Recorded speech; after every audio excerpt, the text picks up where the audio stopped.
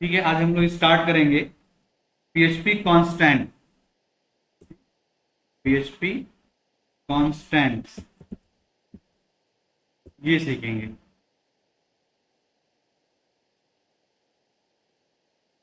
PHP constant क्या होता है?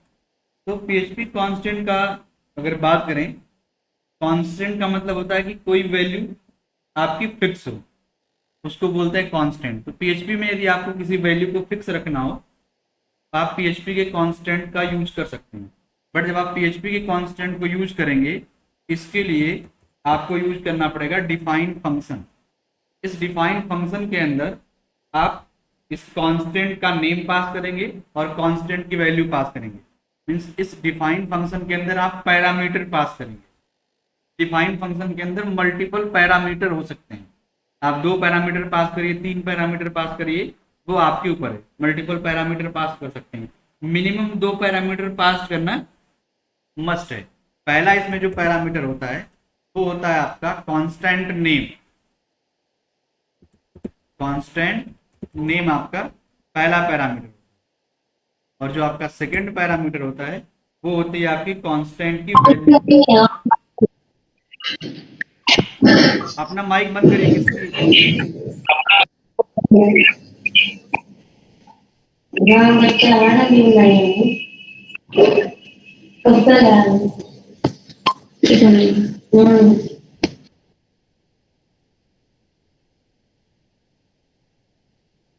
इसमें जो सेकंड पैरामीटर होता है वो होता है आपके कांस्टेंट की वैल्यू। मिनिमम जो 2 पैरामीटर पास होंगे, उस मिनिमम 2 पैरामीटर में पहला पैरामीटर कांस्टेंट का नाम और दूसरा पैरामीटर जो होगा वो कांस्टेंट की वैल्यू होगी। अगर इसको एग्जांपल के भी यहाँ पे समझेंगे तो यहाँ पे लिखेंगे डिफाइन, और डिफाइन के अंदर पास करेंगे कांस्टेंट का नाम। सपोज दैट मैंने कांस्टेंट का नाम पास कर दिया ABC, और कांस्टेंट की जो वैल्यू होगी वो यहाँ पे हमने पास कर दिया 100 सेमीकोलन।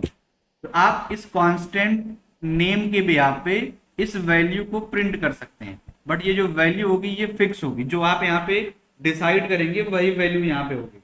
अगर इसके वर्क की बात करें तो सपोज आप यहाँ पे पीएचपी ओपन करते हैं, पीएचपी को क्लोज करते हैं, यहाँ पे आप पास करेंगे डिफाइन।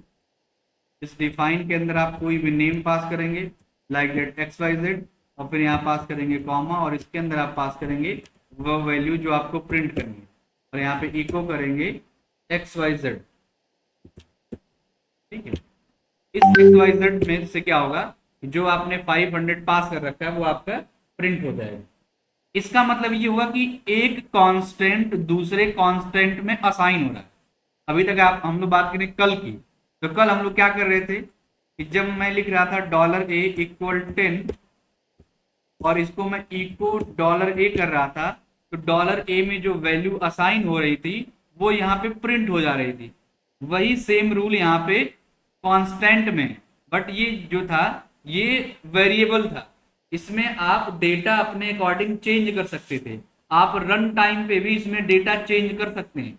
यहाँ पे 10 है, आप चाहे तो यूजर से रन टाइम पे $A में कोई डेटा ले सकते हैं। क्यों? क्योंकि यहाँ पे आपने वेरिएबल डिक्लेयर कर रखा है, और इस वेरिएबल डिक्लेरेशन में आप जिस भी टाइप का डेटा चाहे रन टाइम पे ले सकते हैं। बट कांस्टेंट में क्या होता है कि दोनों कांस्टेंट की वैल्यू आपको पहले से डिसाइड करनी पड़ती है, चाहे वो कांस्टेंट का नाम हो या उस कांस्टेंट की वैल्यू हो। ये जो सेकंड पैरामीटर कांस्टेंट की वैल्यू होती है वो कांस्टेंट के नेम के अकॉर्डिंग प्रिंट होती है। बट यहाँ पे जो कांस्टेंट का नेम होता है उसमें डॉलर सिंबल नहीं होता है। बस इतना डिफरेंस होता है वेरिएबल और कांस्टेंट में, कि वेरिएबल में डॉलर के साथ नेम होगा बट कांस्टेंट में डायरेक्टली नेम होगा, उसमें कोई डॉलर सिंबल नहीं होगा।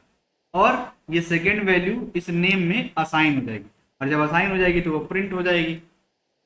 तो ये था कांस्टेंट।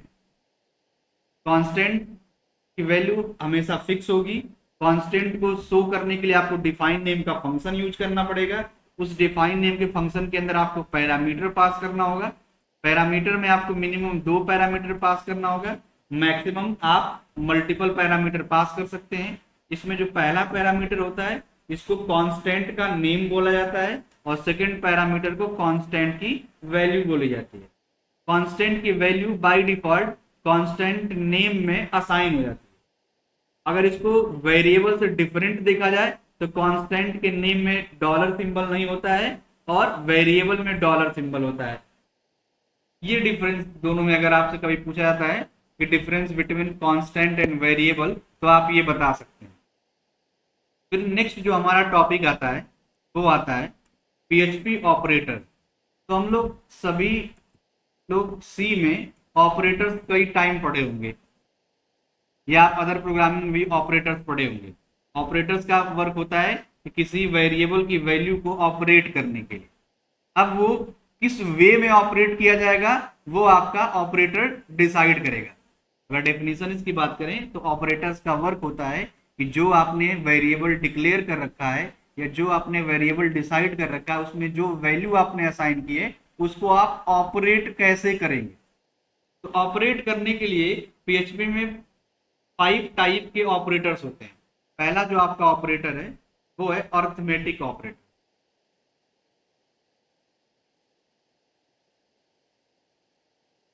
Arithmetic operator. सेकेंड आपका जो है वो है कंपेयर ऑपरेटर। थर्ड आपका जो है वो है लॉजिकल ऑपरेटर। फोर्थ आपका है असाइनमेंट ऑपरेटर। और जो आपका फिफ्थ है वो है इंक्रीमेंट या डिक्रीमेंट ऑपरेटर। ये 5 टाइप के आपके ऑपरेटर हैं। अब इनकी हम लोग वर्किंग भी देखेंगे और इनके सिंबल्स क्या होते हैं वो हम लोग चेक करेंगे और सीखेंगे। तो अगर अर्थमेटिक ऑपरेटर की बात करें तो अर्थमेटिक ऑपरेटर में आपका सिंबल की बात करें तो plus operator, minus operator, multiplication symbol, division और मॉड्यूलो डिवीजन, ये सिंबल होते हैं अर्थमेटिक के केस में। जहां पे आप मैथमेटिकल इक्वेशन सॉल्व करते हैं या कोई मैथमेटिकल प्रोग्राम सॉल्व करते हैं वहां पे आपको यूज किया जाता है अर्थमेटिक ऑपरेटर। जहां भी आपको मैथमेटिकल प्लस करना हो, डिवीजन करना हो, मल्टीप्लिकेशन करना हो तो आप इनको यूज कर सकते हैं। अब इसको प्रोग्राम में किस तरीके से देखेंगे तो sir example. Modulo sir hello sir. हाँ हाँ। सर मॉड्यूलो का यूज रिमाइंडर के लिए यूज किया जाता है मॉड्यूलो का। हाँ, उसका रिमाइंडर के पर्पज से यूज किया जाता है। Okay sir. अभी हम लोग एग्जाम्पल के ब्याह पे भी देखेंगे। चलिए एक एक करके देखते हैं हम लोग।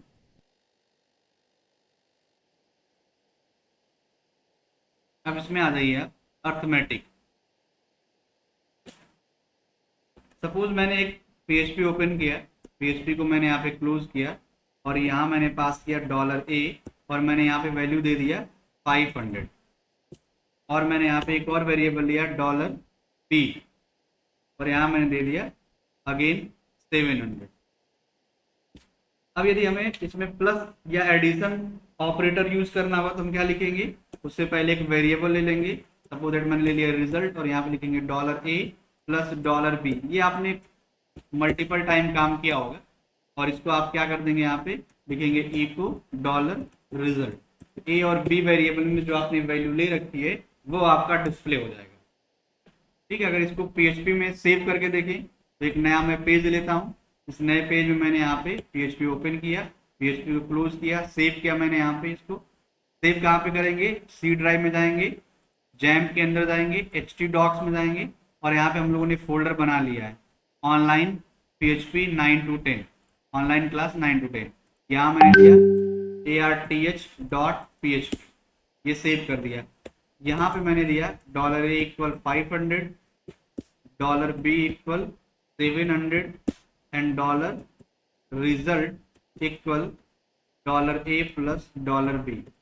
सेव किया, इको लिखेंगे $result, सेव करेंगे। रन कैसे करेंगे, रन करने से पहले आपको जैम को ऑन करना पड़ेगा। तो मैंने यहाँ पे जैम को स्टार्ट किया। जैम जब स्टार्ट करेंगे तो अपाचे और माई एसक्यूएल आपको स्टार्ट करना पड़ेगा। ये दोनों स्टार्ट हो गए। अब आपको जाना है ब्राउजर पे अपने और यहाँ पे आपको लिखना है लोकल होस्ट और लोकल होस्ट के बाद आपको यहाँ पे पास करना है ऑनलाइन क्लास 9 to 10, एंटर कर देना है। तो आपका ये अर्थमेटिक या अर्थ डॉट पीएचपी जो मैंने पेज बना रखा है वो ओपन हो जाएगा। और इसको सेव करेंगे, सेव नहीं था पेज, अब रन करेंगे तो आपका रिजल्ट यहाँ पे ये डिस्प्ले हो जाएगा। ठीक है, तो ये था आपका एडिशन। अब यदि बात करें सब्ट्रैक्शन की, उसके लिए क्या करना होगा, उसके लिए हम लोग यहाँ पे एक अदर वैल्यू या अदर वेरिएबल लेते हैं। मैंने लिया dollar A equal sorry dollar X equal, मैंने दे दिया यहाँ पे 300 एंड डॉलर वाई इक्वल 200। मैंने यहाँ पे लिखा dollar R E S dollar X minus dollar Y, और यहाँ पे लिखा मैंने echo dollar R E S. Save करेंगे और रन करेंगे, आपको इसका रिजल्ट मिलेगा। इसे मैं कमेंट कर देगा, आप देखेंगे यहाँ पे कि आपको रिजल्ट मिल जाएगा। अब सपोज यहाँ पे जो 300 में से 200 आपका सब्ट्रैक्ट हुआ है तो वैल्यू 100 आई है। 500 और 700 को आपने एडिशन किया है तो वो आपका 1200 आया है। बट इसी के साथ साथ आपको यदि मैसेज देना कि रिजल्ट इज दिस या एडिशन इज दिस, तो उसको आप कैसे करेंगे, इसके लिए आपको यहाँ पे बस छोटा सा काम करना पड़ेगा। डबल क्वेट्स के अंदर एक मैसेज देना होगा। क्या मैसेज देना चाहते हैं, तो यहाँ पर लिखा टू वैल्यू सब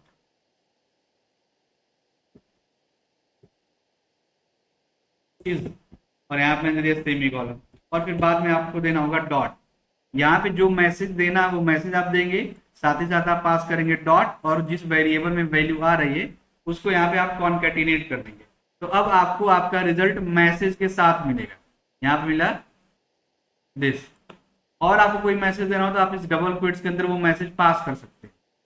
और आपको कलरफुल मैसेज देना है तो मैंने आपको कल बताया था कि आप टैग का भी यूज कर सकते हैं और सीएसएस का भी यूज कर सकते हैं। बट आपको उन दोनों वैल्यू को एक साथ कॉन्केटिनेट करना पड़ेगा, जिस वेरिएबल से आपका डेटा प्रिंट होना है और जो उससे पहले मैसेज दिखाना है। यदि इसी मैसेज को आपको बाद में दिखाना है तो आप डॉट यहाँ पे लगाएंगे और इस मैसेज को जस्ट बाद कर देंगे। यदि आप मल्टीप्लिकेशन की बात करें उसमें क्या करना होगा आपको, इसी तरीके से आप और वेरिएबल ले सकते हैं लाइक दैट एन, और यहाँ पे आपने लिखा dollar N equal 10 and dollar M equal 20, यहाँ पे लिख दिया आपने। इसको आप डायरेक्ट भी कर सकते हैं, echo dollar N multiplication dollar M, ये डायरेक्ट भी आप कर सकते हैं विदाउट थर्ड वेरिएबल भी। इन दोनों के केस में मैंने एक थर्ड वेरिएबल लिया है, उस थर्ड वेरिएबल में मैंने फर्स्ट वेरिएबल और सेकेंड वेरिएबल को यहाँ पे ऐड किया है, फिर मैंने थर्ड वेरिएबल को इको किया है। हम चाहते तो यहाँ पे डायरेक्टली फर्स्ट और सेकेंड वेरिएबल को इको के साथ ऐड करके डिस्प्ले कर सकते थे। यहाँ भी डिवीजन भी वैसे ही, सब्ट्रैक्ट भी वैसे ही कर सकते थे, और यहाँ मल्टीप्लीकेशन मैं डायरेक्ट कर रहा हूँ। सेव किया मैंने, इसको रन करेंगे और ये आपका रन हो जाएगा। यहाँ भी मैसेज देने के लिए सेम प्रोसेस है, आप वैसे ही मैसेज दे सकते हैं। अगर बात आती है डिवीजन की, तो डिवीजन के लिए देखिए मैंने यहाँ पे दिया डॉलर के equal 100 and dollar P equal 25, और यहाँ मैंने लिखा इको डॉलर ए डिवीजन और डॉलर के डॉलर पी सेमीकोलन। रन करेंगे तो आपको आपका रिजल्ट मिलेगा। ठीक है, और यही बात करते हैं मॉड्यूलस डिवीजन की। उस केस में बस सिंबल आपका चेंज होगा। यहाँ पे हम लिखेंगे डॉलर जे इक्वल 200, और यहाँ मैंने लिखा डॉलर आई इक्वल 30। ठीक है, echo dollar J modulo division dollar I. Save करेंगे और रन करेंगे, आपको आपका रिमाइंडर मिलेगा। ठीक है, जब रिमाइंडर की बात आती है वहां पे हम यूज करते हैं मॉड्यूलस डिवीजन की। ये थे आपके अर्थमेटिकल ऑपरेटर। ये सिंबल जो आप देख रहे हैं डिवीजन, सब्ट्रैक्शन, मल्टीप्लिकेशन, डिवीजन और मॉड्यूलस डिवीजन, ये अर्थमेटिक ऑपरेटर के इनसाइड आते हैं। इसके बाद आता है आपका कंपेयर ऑपरेटर्स। ठीक है, कंपेयर ऑपरेटर्स अगर देखा जाए तो आपके ये लगभग इनके सिंबल 8 टाइप होते हैं। यहाँ पे अगर देखा जाए कंपेयर ऑपरेटर्स की, ये लगभग 8 टाइप के होते हैं। एक होता है आपका less than and greater than and less than equal to, इसको बोलते हैं less than, greater than, less than equal to, greater than equal to, greater than equal to, फिर आपका इक्वल टू, जो हम लोग मैथ में पढ़ते हैं इसको इक्वल टू बोलते हैं, बट यहाँ पे 2 टाइम जब आप यूज करते हैं सिंबल, इसको यहाँ पे इक्वल टू बोलते हैं। और एक और सिंबल होता है, इसको भी हम लोग इक्वल टू ही बोलते हैं, बट ये जो आपका इक्वल टू है और ये मैंने 3 टाइम सिंबल के साथ यूज किया है, इन दोनों में थोड़ा सा डिफरेंस होता है। वो डिफरेंस क्या होता है वो हम प्रोग्रामिंग के थ्रू देखेंगे और समझेंगे। और यहाँ पे एक और होता है not equal to, not equal to को भी समझेंगे। और नॉट इक्वल टू के लिए एक और टाइप होता है, उसमें 2 टाइम इस सिंबल को हम लोग यूज करते हैं। अब लेस देन हो गया आपका, ये ग्रेटर देन हो गया, less than equal to, greater than equal to, again equal to, but थोड़ा सा सिंबल का डिफरेंस है और इसमें कोड का भी डिफरेंस आया। नॉट इक्वल टू और नॉट इक्वल टू अगेन, इसमें दोनों में डिफरेंस है। अब इसको हम लोग थोड़ा सा प्रोग्राम के बिहाफ पे समझते हैं। तो यहाँ पे मैं एक नया पेज क्रिएट कर रहा हूँ। इस नए पेज में PHP ओपन, PHP क्लोज, इसको सेव करेंगे। यहाँ पे मैंने दिया .php, सेव कर दिया मैंने इसको। यहाँ पे मैंने एक वेरिएबल दिया $a equal 10 and $b equal 9। और यहाँ पे मैंने इफ कंडीशन से चेक किया, if $a less than $b, तो फिर यहाँ पे इको में मैसेज आ जाए, यहाँ पे इको में आता है message, echo first number is less than second number. यहाँ पे आ गया first number is less than second number. और मान लीजिए कि इस केस में आपको कभी एल्स चलाना पड़े, आपको यहाँ पे लिखना पड़ेगा एल्स में इको के अंदर कि first number is not less than second number. तो यहाँ पे हम लोग लेस देन चेक करने के कि जो हमने ए वेरिएबल में वैल्यू पास कर रखी है और बी वेरिएबल में वैल्यू पास कर रखी है, अगर ए जो है वो बी से लेस देन है तो ए इज लेस देन बी आ जाए, अदरवाइज पहली वैल्यू सेकेंड वैल्यू से लेस नहीं है। सेव करेंगे, रन करने का वही प्रोसेस है। आप अपने लोकल होस्ट रन करेंगे, लोकल होस्ट रन करने के बाद आप उस फोल्डर को रन करेंगे, आपके पास यहाँ पे आपका फाइल का नाम आ जाएगा। इसको जब आप क्लिक करेंगे तो first number is not less than second number, तो यहाँ पे आप देख पा रहे होंगे जो पहली वैल्यू है वो सेकेंड वैल्यू से बड़ी है। तो इसका एल्स पार्ट चला है जिसमें मैसेज मिला है कि first number is not less than, मतलब पहली नंबर या पहला नंबर सेकेंड नंबर से छोटा नहीं है, पहला नंबर बड़ा है। और यही अगर हम लोग ग्रेटर देन की बात करें तो बस सिंबल आपका चेंज होगा, बाकी सारी चीजें वही होगी, केवल और केवल चेंज होगा आपका सिंबल। उसके लिए मैं यहाँ पे एक अलग एग्जांपल लेता हूँ। मैंने यहाँ पे लिया $x इक्वल 10, ठीक है, $y इक्वल 7, और मैंने यहाँ पे चेक किया if $a greater than $b, then यहाँ पे मैसेज आए a is greater than b, या first number is greater than b, first number is greater than second number. तो यहाँ पे मैंने लिखा इको फर्स्ट, मैसेज दिया मैंने यहाँ पे first number is greater than second number. और अगर ऐसा नहीं होता है तो इसका एल्स पार्ट चलेगा, और एल्स पार्ट में क्या आएगा, इज या first number is not greater than second number. बस इसमें एल्स में नॉट यूज कर देंगे, बाकी सभी चीजें सेम होंगी। यहाँ पे लिखा मैंने इको और यहाँ मैंने मैसेज पास किया first number is not greater than second number. इसको भी रन कर लेते हैं, इन दोनों को फिलहाल मैं कमेंट कर दे रहा हूँ, अदरवाइज इनके भी मैसेज डिस्प्ले होते हैं। सेव किया, यहाँ पे रन किया और आपको रन करने पे ए इज ग्रेटर देन बी, मतलब पहला नंबर सेकंड नंबर से बड़ा आपको मिलेगा। First number is greater than second number, simple सा यहाँ पे आपको दिख भी रहा होगा कि 10 7 से बड़ा है। और फिर ग्रेटर देन और इक्वल टू की बात करते हैं। चलिए इसके लिए भी एक अलग सा प्रोग्राम बनाते हैं, greater than and equal to के लिए। तो मैंने यहाँ पे एक वेरिएबल लिया $k और यहाँ मैंने पास किया अगेन 10 और मैंने यहाँ पे लिखा $m और यहाँ मैंने दिया 1। फिर मैंने यहाँ पे चेक किया if $a greater than equal to, यहाँ मैं सिंबल यूज कर रहा हूँ greater than equal to $b और यहाँ पे हमको मैसेज मिले कि first number is greater than और इक्वल टू सेकेंड नंबर।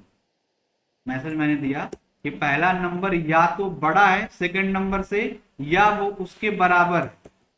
मैंने यहाँ पे लिखा echo first number is greater than second number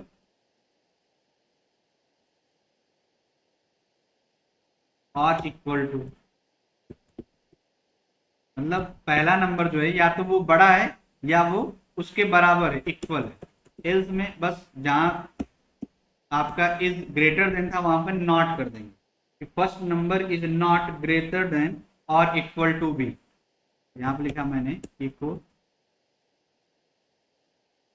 first number is not greater than second number और इक्वल टू। ठीक है, सेव करेंगे और रन करेंगे तो यहाँ पे देगा ए इज ग्रेटर देन और इक्वल टू सेकेंड नंबर, ये first number is greater then या इक्वल टू। तो यहाँ पे आप दोनों कंडीशन चला सकते हैं। पहले वाले मैसेज को बंद कर देते हैं। अगर आपकी पहली वैल्यू और सेकेंड वैल्यू सेम होती, मतलब पहली वैल्यू भी 10 और सेकेंड वैल्यू भी 10 होती, तो भी आपका पहला ही मैसेज चलता, क्योंकि उसमें कोई वैल्यू किसी वैल्यू से बड़ी नहीं होती बट वो इक्वल होती। जैसे अगर आप यहाँ पे इसको भी 10 कर दें, सपोज मैंने 10 कर दिया, तो यहाँ पे आप देखेंगे तो उस केस में भी आपको फर्स्ट मैसेज ही मिलेगा कि पहला नंबर इस, अगर मैंने 10 और 1 पास किया था उस केस में क्या था कि पहली वैल्यू आपकी सेकेंड वैल्यू से बड़ी थी, ये तो प्रूव हो रहा था। बट अगर हमको इक्वल भी चेक करना हो तो यहाँ पे मैंने 10 और 10 पास कर दिया। यहाँ पे मैंने लिख रखा है और का मतलब या तो पहली वैल्यू दूसरी वैल्यू से बड़ी होगी या पहली वैल्यू दूसरी वैल्यू के इक्वल होगी, ये दो कंडीशन होंगे। और यही सेम इसका अपोजिट होगा लेस देन में, उसको देख लीजिए आप। लेस देन में बस यही अपोजिट होगा कि first number is less than या इक्वल टू सेकेंड नंबर, या first number is less than not equal to second number. इसी का अपोजिट सेम टू सेम, उसको नहीं बताते हैं। अब मैं बताता हूं असाइनमेंट ऑपरेटर। असाइनमेंट ऑपरेटर में अभी हम लोग दो सिंबल देखे थे ऐसा, यहाँ पे असाइनमेंट का ये, सॉरी इक्वल टू का, इक्वल टू ये। तो इस इक्वल टू में और इस इक्वल टू में क्या डिफरेंस है ये भी आपको क्लियर होगा। तो अगर हम लोग बात करें 2 टाइम इक्वल का, इसको इसका वर्क होता है कि जब आप एक वेरिएबल या कोई वैल्यू पास करते हैं उसके बाद इक्वल टू का यूज करके सेकेंड वेरिएबल पास करते हैं, तो इसका मतलब होता है कि ये दोनों वेरिएबल की वैल्यू एक दूसरे से कंपेयर की जा रही है। इसका सेंस ये होता है कि एक वेरिएबल में जो वैल्यू स्टोर है एंड देन सेकेंड वेरिएबल में जो वैल्यू आपकी स्टोर है वो दोनों कंपेयर की जा रही है। और कंपेयर केवल क्या की जाती है, वैल्यू। सपोज आपने यहाँ पे दिया ए की वैल्यू 10 और आपने यहाँ पे दिया बी की वैल्यू भी 10, तो यहाँ पे ये ए और बी की वैल्यू कंपेयर की जा रही है। बट आपने यहाँ पे दिया ए की वैल्यू 10 और यहाँ भी आपने बी की वैल्यू दिया 10, बट आपने इस तरीके से डबल क्विट्स के अंदर दिया, दोनों के अंदर 10 और 10 ही स्टोर है। तो इस केस में भी क्या होगा, इनका केवल और केवल वैल्यू ही कंपेयर किया जाएगा। ध्यान रखिएगा, केवल और केवल वैल्यू ही कंपेयर किया जाएगा। बट यदि बात करते हैं आप 3 टाइम इक्वल की, तो यहां पे आपने लिखा ए इक्वल इक्वल 3 टाइम इक्वल और बी, यहां पे आपने ऐसे लिखा इसको। इस केस में क्या हो गया, इस केस में भी पहले वेरिएबल की वैल्यू दूसरे वेरिएबल की वैल्यू से कंपेयर की जाती है, बट साथ ही साथ पहले वेरिएबल का डेटा टाइप सेकेंड वेरिएबल के डेटा टाइप से भी मैच किया जाता है।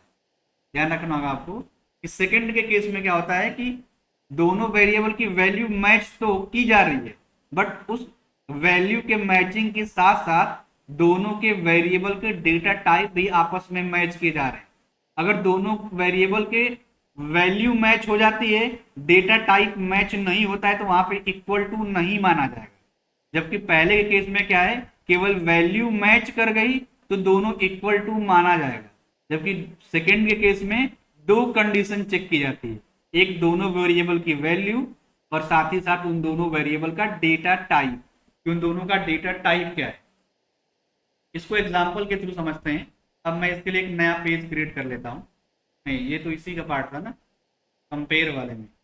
ठीक है, तो मैं एक काम करता हूँ, यहाँ पे मैंने एक वेरिएबल ले लिया $p और यहाँ मैंने दे दिया 10 और मैंने यहाँ पे दिया $q और यहाँ मैंने दिया 10.0, ऐसे मैंने दिया। p की वैल्यू दिया 10 और q की वैल्यू दिया 10.0। अगर इसको आप प्रोग्रामिंग लैंग्वेज में समझेंगे तो पहले p की जो वैल्यू है वो इंटीजर है और दूसरे वाले q की जो वैल्यू है वो पॉइंट है। तो इसको अगर हम लोग कंपेयर करके चेक करें तो यहां पर मैंने लिखा इफ $p इक्वल इक्वल, ठीक है, मतलब इक्वल टू $q, तो यहां पे हम क्या लिख देंगे,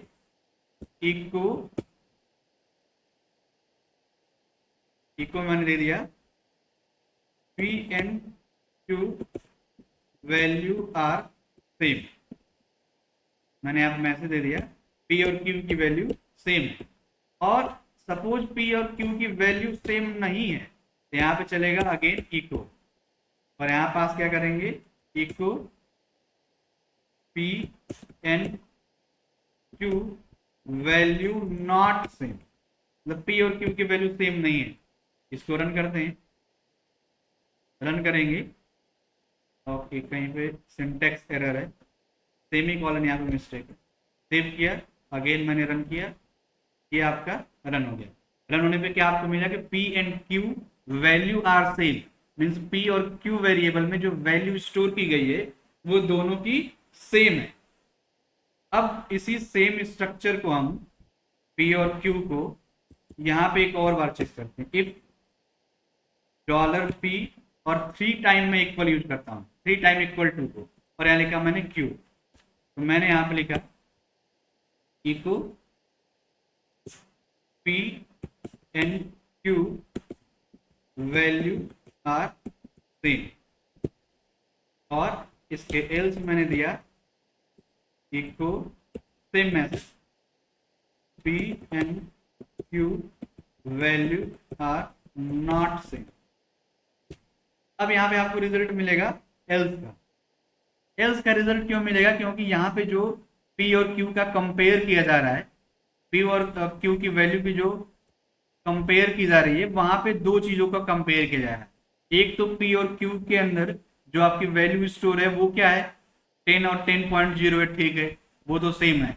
बट जब उन दोनों के डेटा टाइप को मैच किया जा रहा है तो दोनों का डेटा टाइप मैच नहीं हो रहा है। यहाँ पे आपका 10 इंटीजर है और यहाँ पे ये फ्लोट है, न्यूमेरिक टाइप की वैल्यू। तो इस केस में यहाँ पे ये इको पार्ट आपका चल रहा है, एल्स पार्ट चल रहा है, सेकेंड पार्ट आपका चल रहा है कि p और q के अंदर जो वैल्यू दी गई है वो सेम तो है बट इनका डेटा टाइप सेम नहीं है, इसलिए इक्वल नहीं है। इस केस में ये इक्वल नहीं है। अब बात आती है ऑपरेटर्स की, जिसमें डिफरेंस आप देखेंगे नॉट और में। तो यहाँ पे हम लोगों ने यूज किया था नॉट का, यहाँ पे हमने ये सिंबल, ये भी नॉट ऑपरेटर था और इसको भी आप नॉट ऑपरेटर यूज करते हैं। इन दोनों में क्या डिफरेंस मिलेगा आपको? तो अगर बात करें नॉट ऑपरेटर की, तो आपको इसका सेंस ये होता है कि दो वैल्यू मैच नहीं कर रही। सपोज आपके कॉलेज में 60 स्टूडेंट हैं, आपको उसमें से जो फर्स्ट नंबर स्टूडेंट आया हुआ है उसका डेटा नहीं चाहिए, बाकी लोगों का डेटा चाहिए। ऐसा करना हो कि आपके पास कोई डेटा हो, उसमें से एक डेटा नहीं चाहिए, उस केस में आप वहां पे यूज कर सकते हैं नॉट का, नॉट ऑपरेटर का। और उसके साथ जो दूसरा नॉट ऑपरेटर है वो भी लगभग आपकी इक्वल टू के तरह ही रूल पे काम करता है कि फर्स्ट वाले में तो उन दोनों की वैल्यू नॉट मैच का चेक होगा, सेकंड वाले में वैल्यू के साथ साथ डेटा टाइप भी मैच होगा। जैसे देखिए इसी सेम कोड में हम लोग यूज करते हैं। मैंने यहाँ पे दिया dollar A equal, sorry dollar A नहीं, डॉलर जी इक्वल मैंने दिया 5, और इसी के साथ साथ मैंने यहाँ पे डॉलर एच इक्वल, मैंने यहाँ पे स्ट्रिंग के अंदर 5 दिया, मतलब डबल क्वेट्स के अंदर। और मैंने यहाँ पे चेक किया कि if dollar g not equal to dollar h, अगर डॉलर जी में जो वैल्यू है और वो डॉलर एच के इक्वल नहीं है, तो यहाँ पे मैसेज मिल जाए G is not equal to H, ठीक है। और इसी के एल्स में हम दे देते हैं इसी का जस्ट अपोजिट मैसेज। यहां मैंने लिखा equal G is equal to H, ये मैंने पास कर दिया। सेव करेंगे, रन करेंगे, आपको रिजल्ट में, क्योंकि पहले वाले को कमेंट कर देते हैं, ये मैंने कमेंट कर दिया। यहाँ पे आपको रिजल्ट मिलेगा सेकंड, जी एच के इक्वल है, क्योंकि दोनों की वैल्यू अभी फिलहाल यहाँ पे सेम है। अगर मैं यहाँ पे इन दोनों की वैल्यू डिफरेंट कर देता, मैं यहाँ पे 6 कर देता 6, तो आपको रिजल्ट मिलता कि ए जी और एच इक्वल नहीं है, ठीक। लेकिन यहाँ पे मैंने दोनों की वैल्यू सेम कर रखी थी यहाँ, इसलिए ये सेम आ रहा। बट अगर यहीं पे नॉट इक्वल टू में 2 टाइम इक्वल वाला सिंबल यूज करते हैं, यहाँ पे if dollar g not equal to dollar h, then आपको रिजल्ट में क्या मिलेगा, यहाँ मिलेगा इक्वल, और यहाँ मैंने दिया C is not equal to H, और यहाँ ये साथ साथ मैंने दिया एल्स में मैंने पास किया यहाँ पे equal g is equal to h, g equal to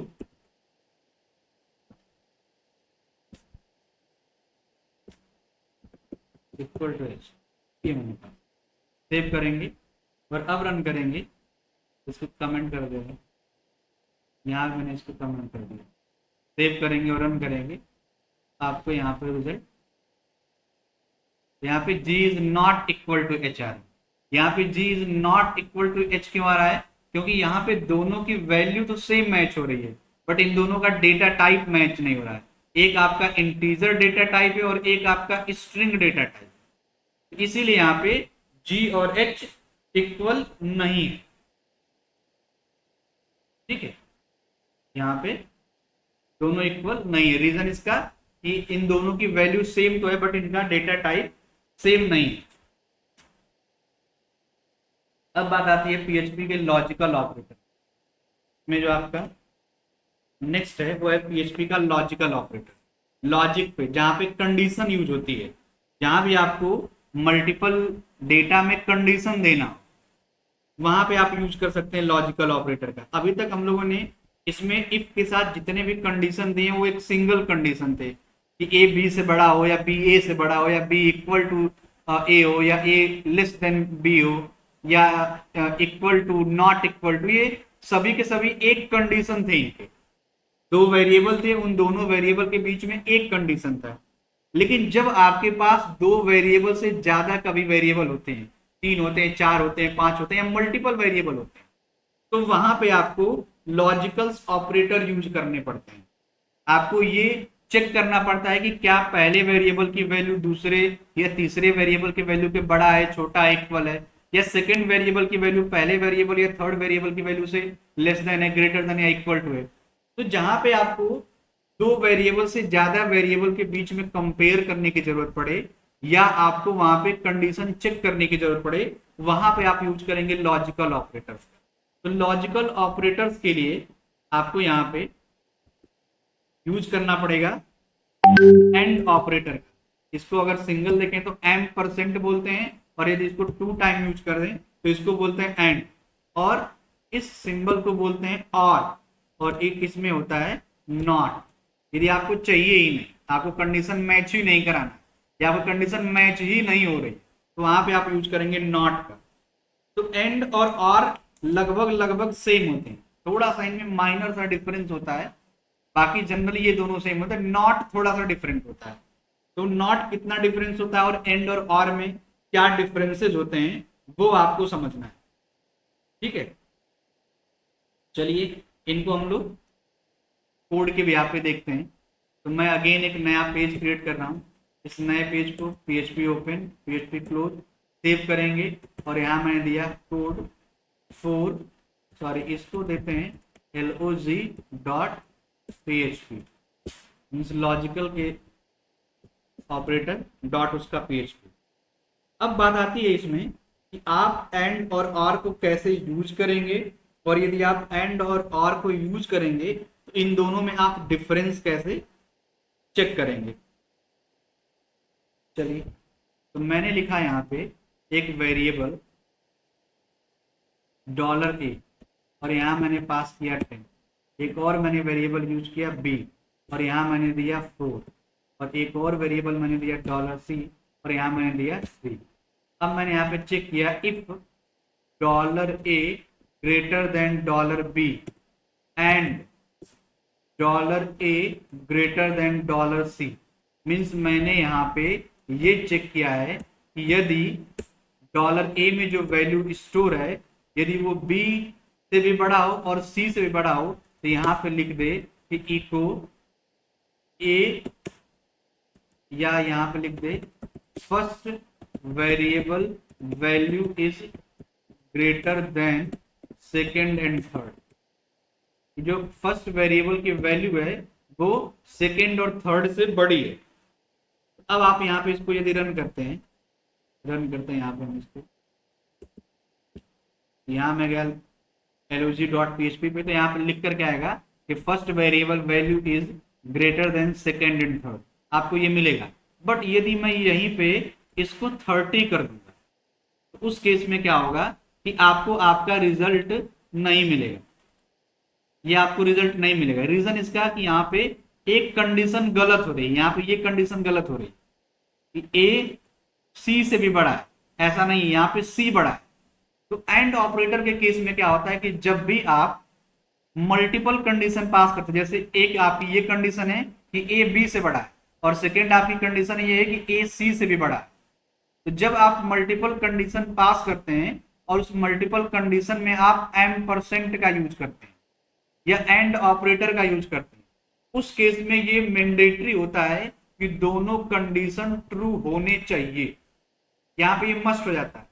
आपको ये 100% माइंड में सेट रखना होगा कि जब भी आप एंड ऑपरेटर यूज करेंगे और एंड ऑपरेटर के यूज करने पे आप मल्टीपल कंडीशन पास करेंगे, तो आपको ये ध्यान देना होगा कि वो मल्टीपल कंडीशन 100% ट्रू होने चाहिए। अगर वो ट्रू नहीं है, उनमें से कोई एक भी कंडीशन गलत है, तो आपका वो केस या वो आपका ब्लॉक एग्जीक्यूट नहीं होगा। उस केस में आपका by default else part execute होगा जो भी बना होगा। जबकि अगर हम लोग बात करें यही सेम स्ट्रक्चर के और के लिए, मैंने यहाँ पे लिखा if dollar a greater than dollar b, और मैंने यहाँ पे यूज किया dollar a greater than dollar c. तो इस केस में क्या होगा कि आपका यदि कोई एक कंडीशन भी ट्रू है तो भी आपका एग्जीक्यूट होगा, या इन दोनों कंडीशन में से दोनों के दोनों ट्रू है तो भी चलेगा। जैसे मैंने यही सेम मैसेज लिख दिया, तो इस केस में आपका ये मैसेज चल जाएगा। रीजन इसका है कि और के केस में इसको ये एक कंडीशन ट्रू मिल रही है। अब आप यदि इसको सेव करेंगे तो सेकंड कंडीशन मैंने गलत ही लिख रखा है। ओके, एक यहाँ पे प्रॉब्लम आ रहा है, डॉलर सिंबल नहीं है यहाँ पे डॉलर। अब सेव करके रन करेंगे। और के केस में यही आपको बेनिफिट मिलता है कि अगर उन दोनों कंडीशन में से या मल्टीपल कंडीशन में से कोई भी एक कंडीशन ट्रू है तो आप उसको एग्जीक्यूट करा सकते हैं, या वो आपकी वैल्यू एग्जीक्यूट हो जाएगी। तो आपसे कभी पूछा जाता है कि एंड और ऑपरेटर में डिफरेंस क्या है। पहले तो अगर डेफिनेशन पूछी जाए तो आप एंड और का डेफिनेशन ये बता सकते हैं कि जब हमें मल्टीपल वेरिएबल की वैल्यूज में मल्टीपल कंडीशन चेक करने हो तो वहां पे हम एंड और लॉजिकल ऑपरेटर्स को यूज करते हैं। फिर आपसे यदि ये पूछ दिया जाए कि एंड और में मेजर डिफरेंस क्या होता है, तो आपको ये बताना होगा कि जो एंड ऑपरेटर होता है उसमें हम जितनी भी कंडीशन पास करते हैं वो सभी की सभी कंडीशन 100% ट्रू होने चाहिए, जबकि और के केस में ऐसा नहीं होता है। और के केस में यदि मल्टीपल कंडीशन, दो कंडीशन या सभी कंडीशन ट्रू हैं तो भी आपका डेटा सिलेक्ट होगा, और यदि उन मल्टीपल कंडीशन में से, दो कंडीशन में से या सभी कंडीशन में से कोई भी एक कंडीशन, पहली दूसरी तीसरी चौथी पांचवी, उनमें से कोई भी एक कंडीशन ट्रू होगी तो भी आपका डेटा एग्जीक्यूट होगा, आपको आपका रिजल्ट मिलेगा। और ऑपरेटर उस केस में नहीं चलता है जब सभी कंडीशन में से कोई भी कंडीशन मैच नहीं कर रही होती।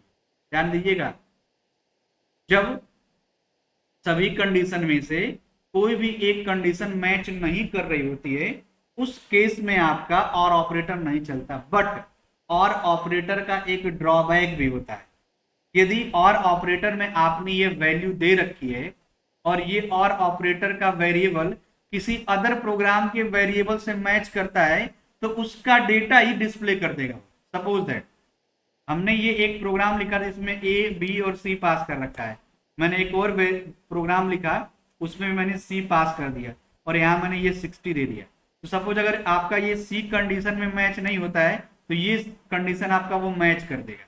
जिन लोगों ने डेटाबेस पढ़ा होगा MySQL या MS SQL और उसमें आपने एंड और ऑपरेटर पढ़ा होगा तो मैंने आपको बताया होगा कि एंड और ऑपरेटर में क्या होता है कि एंड ऑपरेटर में जब आप कंडीशन देते हैं तो वो 100% ट्रू कंडीशन चेक करता है, बट और के केस में क्या होता है कि वो अदर रो के या अदर वेरिएबल के डेटा को भी चेक करता है और जो कंडीशन आपने दिया वो तो चेक करेगा ही करेगा। तो ये आपका एंड और ऑपरेटर की स्टोरी है लॉजिकल ऑपरेटर में। फिर बात आती है असाइनमेंट ऑपरेटर की। तो असाइनमेंट ऑपरेटर में आप देखेंगे इसमें सिंपल सा हम लोग सबसे ज्यादा जो पढ़ते हैं तो असाइनमेंट ऑपरेटर का ही सबसे ज्यादा यूज पढ़ते हैं, जिसको कि हम लोग मैथ के बिहाफ पे इक्वल बोलते हैं, लेकिन यहाँ पे इक्वल टू थोड़ा सा डिफरेंट होता है। इस सिंबल को बोलते हैं असाइनमेंट ऑपरेटर। जैसे ए असाइन बी या $A इक्वल 10, $A असाइन 10। हम लोग कभी भी $A असाइन 10 नहीं बोलते, हम लोग $A इक्वल 10 बोलते हैं क्योंकि हम लोग मैथ से वही उसको इक्वल पढ़ते हैं। बट ये असाइनमेंट ऑपरेटर टेक्निकल लैंग्वेज। फिर आपका होता है इसी तरीके से आप इंक्रीमेंट डिक्रीमेंट, ये सारी चीजें इसमें होती हैं। इसको एक बार देख लेते हैं। सर एक क्वेश्चन है। हाँ हाँ पूछिए। सर अभी जो आपने मतलब इसके पहले जो ऑपरेटर बताया मतलब उसमें आपने लिखा फर्स्ट वेर एंड वैल्यू इस मतलब सेकंड एंड थर्ड एंड लिखा है तो एंड नहीं होगा आर होगा सर उसमें। नहीं किसमें आ गया सर अभी जो और एग्जांपल बताया है। हाँ तो ये और लिखा तो होगा यहाँ पे देखिए।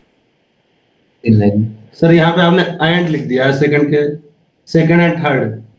हाँ हाँ 18 लाइन में सर। नहीं, क्या तीसरा भी कोई वेरिएबल ले लें?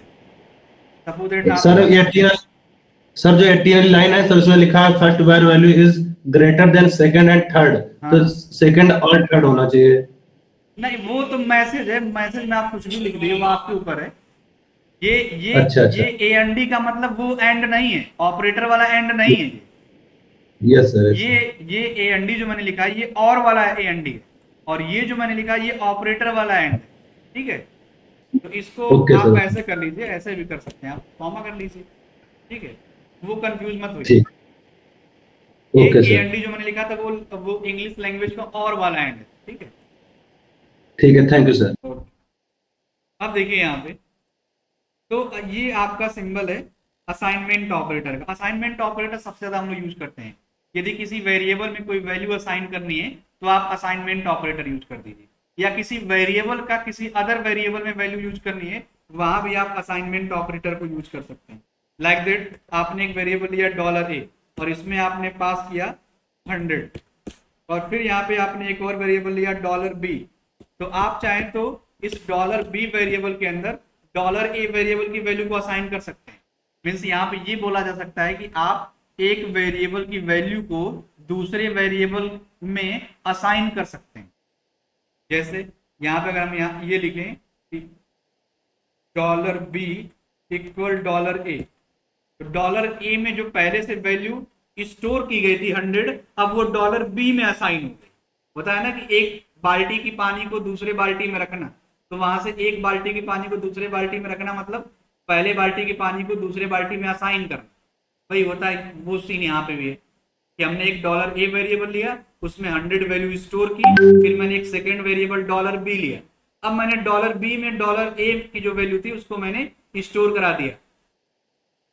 ठीक है, तो ये आपका असाइनमेंट ऑपरेटर इस तरीके से वर्क करता है।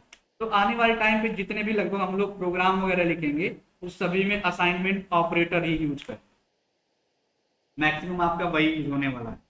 इसमें में अभी किसी को कोई डाउट है तो वो पूछ सकता है, कोई किसी टाइप का माइंड में क्वेश्चन आ रहा हो तो वो आप पूछ सकते हैं, या कोई आपके माइंड में क्वेरी आ रही हो इससे रिलेटेड। अभी तक हम लोगों ने जितना पढ़ाया समझाया, जनरली आप ये सभी कॉन्सेप्ट पढ़ चुके हैं, बट हो सकता है कि आप अदर प्रोग्रामिंग लैंग्वेज में पढ़े, या आपने यदि PHP पढ़ा है तो आप इससे अवेयर होंगे सारी चीज़ों से। आपने अदर प्रोग्रामिंग पढ़ी होगी तो उसमें भी लगभग यही था, केवल सिंबल सेम थे, आपके वेरिएबल्स वगैरह डिफरेंट रहे होंगे, या रन टाइम पे डेटा लेने का डिफरेंट रहा होगा। अब आप ये सोच रहे हो कि अभी तक मैंने जितना प्रोग्राम बताया है उन सभी में अपनी वैल्यू को मैंने फिक्स रखा है, जो मैंने अपने मन से कुछ भी दिया है।